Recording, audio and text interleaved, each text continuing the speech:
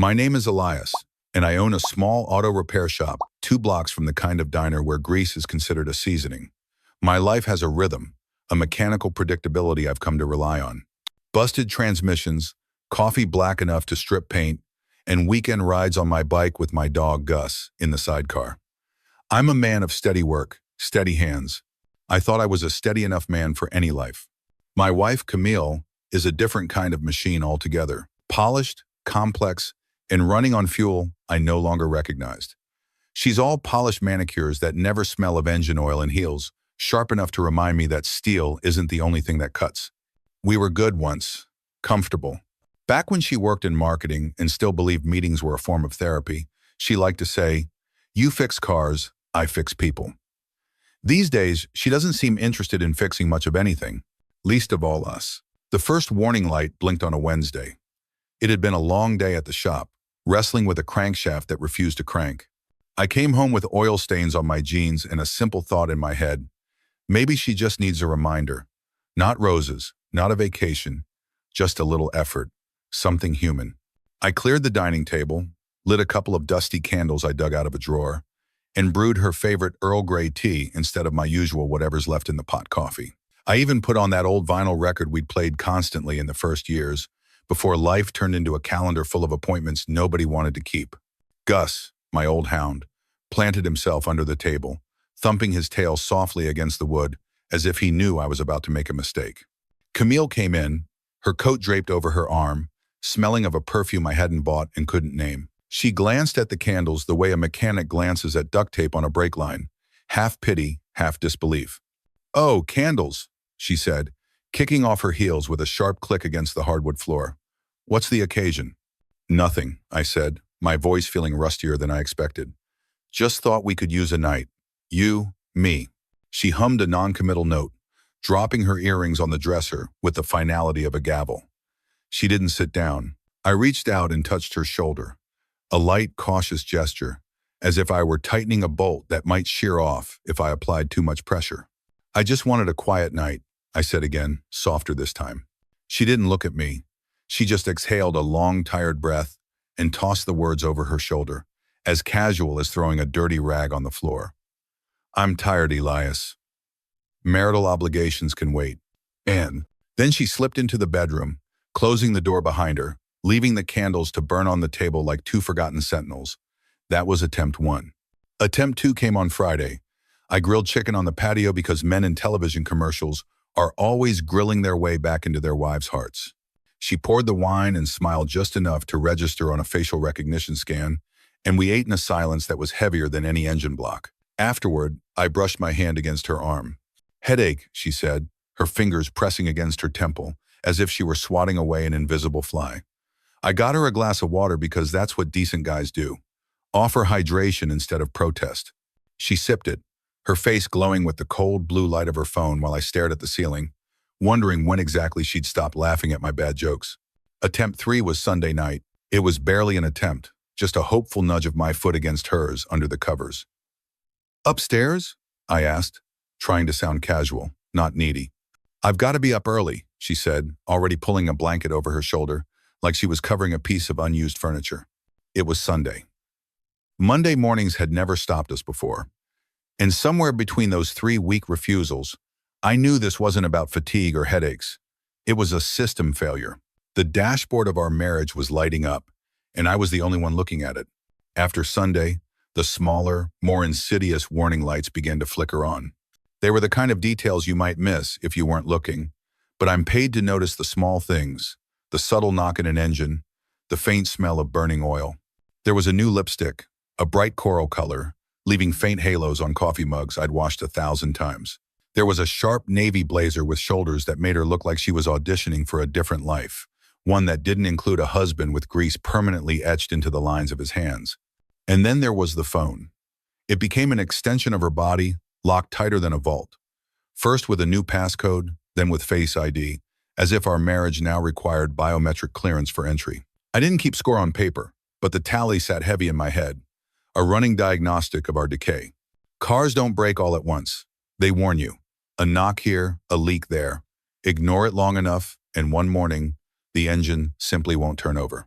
I was starting to wonder if our engine was already dead, and I was just sitting in the driver's seat, pretending to hear it hum. By Thursday, she'd started taking calls in the hallway. Her voice would change, becoming light and floaty, the kind she used with waiters when she wanted to sound charming. I'd stand in the kitchen, wiping an already clean wrench just to give my hands a job, while her laughter leaked under the door like exhaust fumes.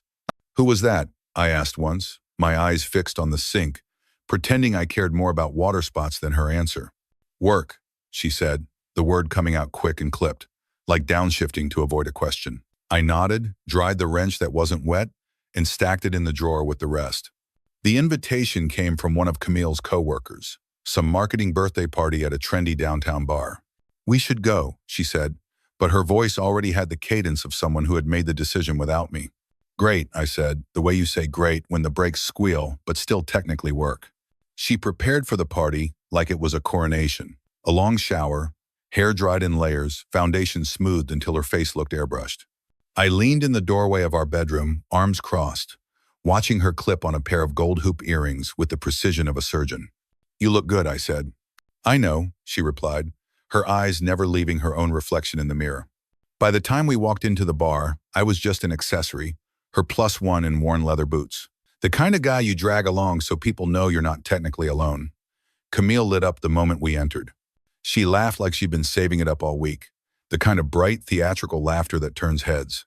She leaned in close to hear stories she'd probably heard before, let her hand rest a second too long on a coworker's arm, and nodded with an intensity that suggested the entire night was designed solely for her. I stood by the bar, nursing a beer I didn't want. One guy, older, with a salesman's smile, hugged her and called her kiddo. "Kiddo, she's 34, not waiting for the prom." I bit my tongue until it tasted like copper. The whole scene felt like sitting in someone else's living room. My wife was animated, radiant, alive, and none of it was pointed in my direction. If our marriage were a song, we were painfully out of tune. On the drive home, she rolled down the window, letting the cold night air slap the gin out of her cheeks. I glanced at her profile, sharp and distant under the passing streetlights. Back home, I reached for her cautiously, like a man moving a fragile part from one shelf to another. "Not tonight," she said, her voice soft but final. A week later, the photo arrived. It was a text from a buddy who worked downtown. Not a close friend, just the kind of guy who knows when to keep his mouth shut and when not to. "Might be nothing," the message read. "Thought you'd want a heads up." Attached was a picture. Camille, in three-quarter profile, sitting at a sun-drenched patio table. Across from her was a man with a trimmed beard and a baseball cap, his elbow hooked over the back of his chair like he owned the place. Julian. The name surfaced from the depths of my memory. Not a stranger, not even a surprise.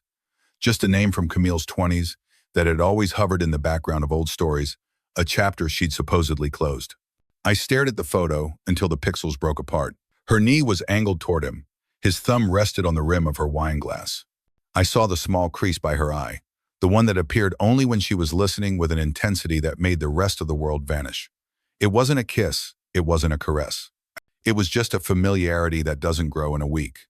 The kind of familiarity that doesn't die just because you promise it did. I put my phone face down on the workbench and wiped my hands on a rag, listening to the air compressor kick on with a loud hiss. Machines, at least, don't lie about where the pressure is. That night at home, Camille was cheerful, almost too cheerful. She poured the wine with a heavy hand, chattering about deadlines and clueless clients. I boiled pasta, nodded at the right moments, and pretended we were still actors in the same play, reading from the same script. She didn't notice me watching her too closely, the way I watch an engine for a telltale shudder, waiting for a loose bolt to finally roll into view. After dinner, I set my glass down carefully on the coaster, the way you set down a decision you can't take back. "Is there someone else, Camille?" I asked. The question hung in the air, plain and solid. She laughed, a quick, brittle sound that shattered against the silence. "Elias, don't be ridiculous. You sound insecure." I didn't smile. I just looked at her, the same way I look at a cracked gasket, patiently waiting to see if the leak reveals itself under pressure. The refrigerator hummed, filling the space between us. When it clicked off, the quiet returned, heavier than before. "Is there someone else?" I repeated, my voice unchanged. She took an exaggerated breath, a performance of exasperation. "We're adults, Elias. This jealousy is exhausting. I took a slow sip of water, letting her words evaporate. Then I asked the only question that truly mattered. How's Julian? Her fork stopped halfway to her mouth. Her jaw tensed, just for a second, then released. Her eyes flicked left, then right, a tiny panicked motion, as if the walls of the room had just shifted an inch.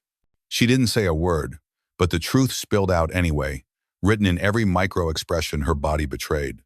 The denial, the recognition, the calculation, it was all there, and that was enough. Silence has different weights. There's the comfortable silence of a motor cooling down after a long drive, steady and harmless. And then there's the silence that follows a question that has been answered without a single word. That's the silence Camille and I sat in after I said his name.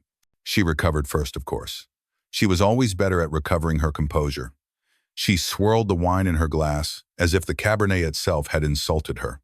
"You're overreacting," she said, aiming for nonchalance and missing by a mile. "Sure," I said, setting my fork down beside my plate. I was done eating. That's what guys do when their wives grab drinks with old boyfriends they promise were ancient history. We overreact. She opened her mouth, then closed it again. I recognized the look. It was the same look customers get when they know their engine is shot, but they're still praying, I'll tell them it's just a loose spark plug. A cheaper fix. That night, I lay in bed staring at the ceiling fan as it sliced through the stale air. I listened to her breathe evenly beside me, or pretend to. I thought about the photo, about the easy angle of her body toward him, about the smile that hadn't belonged to me in months. The diagnosis was complete. The damage wasn't just a leak, it was a catastrophic failure. The next morning, I didn't ask about her plans. I just made mine. The time for trying to patch the cracks was over. Now, it was time for a complete disassembly. There would be no anger, no shouting matches, no dramatic speeches. Just procedure. During my lunch break, I walked to the bank down the street. I opened a new checking account. No ceremony, just a signature on a form, a transfer of funds, and a new debit card that didn't have her name embossed on it. The teller smiled politely, oblivious to the fact that she was handing me the first component of a new life. On my afternoon break, between replacing a fuel pump and balancing a set of tires, I called a realtor about a small rental across town. "One bedroom is fine," I told her. "Enough space for me and the dog. A garage is non-negotiable." I didn't need square footage, I needed oxygen. By Friday, I had logged into our joint credit card account and frozen it. I pulled up spreadsheets on my office computer, not for customer invoices, but for freedom. Assets, debts, accounts. I moved through the numbers with a detached precision. It was step by step, just like dismantling an engine block. Remove, clean, separate, label. At night, our house felt like a stage set for a play that had already closed. Camille was full of commentary, oblivious to the methodical work I was doing in the background. "You've been quiet lately," she said one evening, a glass of wine in her hand as she scrolled through her phone. "Yeah," I said, looking up from the television. "Thinking about what?" "Logistics," I answered truthfully. She rolled her eyes. "God, you and your logistics." I didn't correct her. There was no point explaining that I wasn't thinking about carburetors or supply chains. I was thinking about how to walk out of a life without looking back. On Saturday, she tried nostalgia as a last-ditch repair tactic. She pulled out an old photo album and set it between us on the couch. "Remember this trip?" she asked, her finger tracing a younger version of us, grinning by a lake somewhere in upstate New York. I looked at it. I remembered the cheap beer we drank, the rented canoe, the way she'd stolen my hoodie when the wind picked up. I remembered the way she laughed back then, a sharp, unguarded sound that could cut through any silence. "I remember," I said. My voice was flat, a statement of fact, not feeling. She studied my face, searching for a flicker of softness, a crack in the calm facade I had built. But I didn't hand it over. The parts were already labeled and stored. There was nothing left to salvage. Later, in bed, she whispered into the darkness, "I miss us." "Yeah," I said, my eyes open, staring at the ceiling. "Me too. Shame you found Julian to fill in." She inhaled sharply, a sound like a tire losing air. Then she turned away from me. I didn't pursue it. The silence filled the room again, heavy but honest this time. It was the silence of a job that was almost finished. It was a Tuesday when Julian showed up. I was elbow deep in the hood of a 2097 Silverado, coaxing a stubborn alternator to behave, when I heard the sound of footsteps on the concrete shop floor. They were heavy, deliberate steps, like someone rehearsing confidence. I straightened up, Wiped my hands on a rag, and there he was. Baseball cap, trimmed beard. That brand of casual jacket men wear when they want to look like they've just rolled out of bed, but also like they've just stepped off a magazine cover. He nodded at the Chevy. "Morning," he said. "Think this old thing could use an oil change." I eyed the clean, late-model truck parked behind him. Not showroom clean, but clean enough to tell me he wasn't here for maintenance. I leaned against the fender of the Silverado and squinted at him. "Funny place to get an oil change," I said. "There are 3 quick lube shops within 5 blocks. They'll do it for $40 and throw in a free air freshener." Julian smiled. It was an easy, practiced grin, the kind you wear when you're about to sell something you don't believe in. "Yeah, but none of them come with a chance to talk." He stepped closer, lowering his voice as if we were co-conspirators. "Look, man, don't get the wrong idea. Camille and I, it's not what you think." "How?" I stayed silent, letting him fill the space. "We hang out sometimes, grab drinks, that's it," he continued, the words tumbling out in a well-rehearsed cascade. "She vents. I listen. Nothing official. I don't do official." I studied him, the way you study a customer who insists that the knocking sound in their engine will probably just go away on its own. His tone was too calm, too casual, the kind of casual that takes practice. "So, you're telling me," I said slowly, my voice flat, "that my wife is risking her marriage for casual drinks?" Julian shrugged, a weightless gesture, as if we were discussing the weather instead of vows. "That's her choice, not mine. I'm not asking for anything. She knows that. I like nights out, not paperwork. Don't shoot the messenger." He smirked, as if that cheap line was supposed to buy him absolution. I bent down, picked up my ratchet, and tightened the last bolt on the alternator. I let the tool click 3 times, each sharp sound underlining the silence between us. Then I straightened up and met his eyes. "Good to know," I said. "Saves me the time of thinking she left me for something real." For the first time, his grin faltered. Not much, just enough for the mask to slip a millimeter. He shoved his hands in his jacket pockets, muttered something about not wanting drama, and turned toward the door. I didn't stop him. I didn't threaten him. I just watched him go, his sneakers squeaking faintly on the shop floor. He left nothing behind but the faint smell of cheap cologne and the echo of his confession. He wasn't even interested in her future, only in her present convenience. I reached into the Silverado and twisted the key. The engine turned over smoothly, catching with an honest, steady living roar. Machines may break, but at least they never waste your time pretending to be something they're not. That evening, the house smelled of her new perfume. Strong, deliberate, the kind that tries too hard to be noticed. Camille was in the kitchen, her phone on the counter, a glass of wine already halfway down. She looked up and smiled when I walked in. "You're home early," she said. I didn't return the smile. I just stood in the doorway. "Julian stopped by the shop today." The color drained from her face and refilled in 1 second flat. "What?" "Brought his truck in." I lied, using just enough truth to make it sting. Said he wanted to talk. She set her glass down too hard on the granite countertop. The clink was sharper than she meant it to be. "What? What did he say?" I dried my hands on a rag I'd brought from the shop, my movements calm and measured. "That you two grab drinks sometimes. That you vent, and he listens. Nothing official. He doesn't do official." I watched a storm of emotions flicker through her eyes. Shock, first, because she hadn't expected me to know. Then a sliver of relief, because he hadn't exposed anything more than what she could still spin as casual friendship. But the relief soured quickly as she processed the true meaning of his words. She wasn't his grand passion. She was just convenience. She straightened her back, reached for her wine again, and covered the tremor in her fingers with a long sip. "So what? You believe him over me now?" I shrugged. Didn't have to believe anyone. The man was honest enough. More honest than you've been for months. Her jaw tightened. "Elias, you're twisting this. He's a friend, that's all." "Friends don't look at each other the way you two did in that photo," I said, my voice still even. "And if he's your version of a friend, then congratulations. You've got one. Keep him." She opened her mouth, closed it, then tried again, her voice softer, pleading. "I didn't want it to get this far. End of." "Neither did I said. "But here we are." The next night, I didn't cook. I didn't light candles.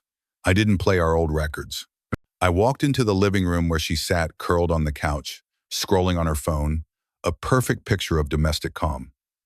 I set a plain manila folder on the coffee table in front of her. "What's this?" she asked, her fingers already reaching for it. "Papers," I said. "Divorce. Sign them when you're ready." Her face froze the way an engine seizes mid-turn. She blinked, opened the folder, and scanned the first page. You can't be serious. I've never been clearer. She looked at me then, really looked, searching for some crack, some plea, some invitation to negotiate. But all she found was the same flat steadiness I gave customers when I told them their transmission was gone and no amount of praying would bring it back. You don't even want to talk about this? She tried.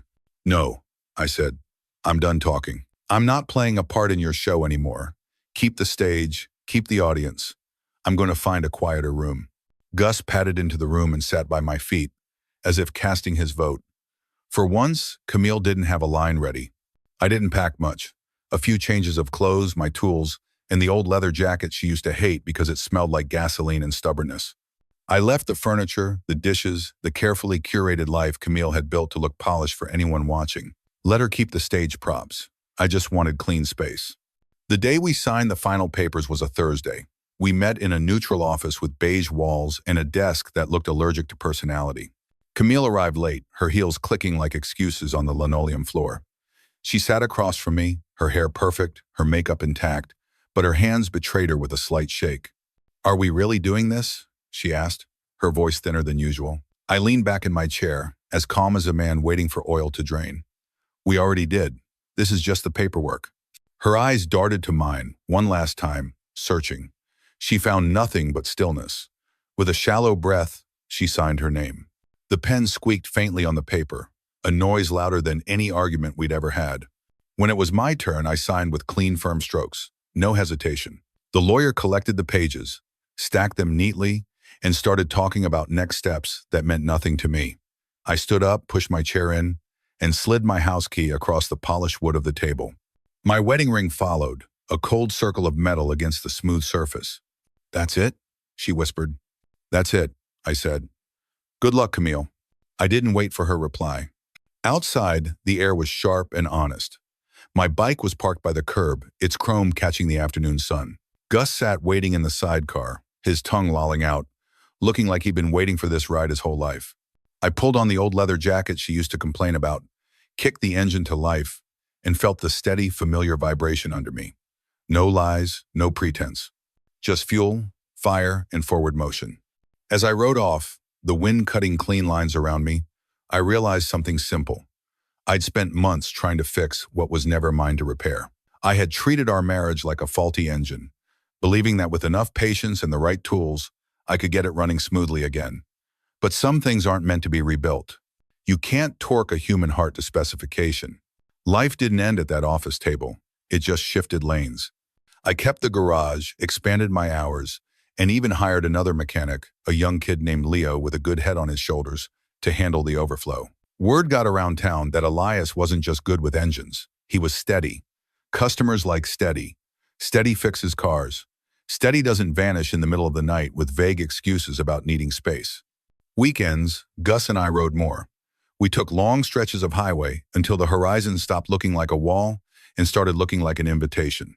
I slept better in my small rental. Ate better, laughed more. The real kind of laugh. The one that starts in your gut, not the rehearsed chuckle I'd perfected for Camille's dinner parties. My new life was smaller, plainer, but it was honest. And Camille? Well, the curtain dropped fast on her show. A mutual friend let it slip a couple of months after the divorce was final. Julian never wanted a co-star. He wanted a guest appearance. When she started leaning in too close, trying to claim more than a casual drink, he leaned back. When she asked where their relationship was going, he told her it had already arrived at its destination. He moved on, which is the polite way of saying he ghosted her. She had bet the house on a man who never even intended to sit at the table. She texted me once, late on a Tuesday night. I miss how safe you made me feel. I read the message, the blue light of the screen, illuminating the grease under my fingernails. I set the phone down on my workbench and went back to rebuilding a carburetor. Because here's the thing about engines. They don't lie. And as it turned out, neither do ex-husbands who have finally stopped caring enough to fix what's broken. I wasn't a safety net anymore. I was free. And for the first time in a long time, the only engine I had to worry about was my own, and it was running perfectly.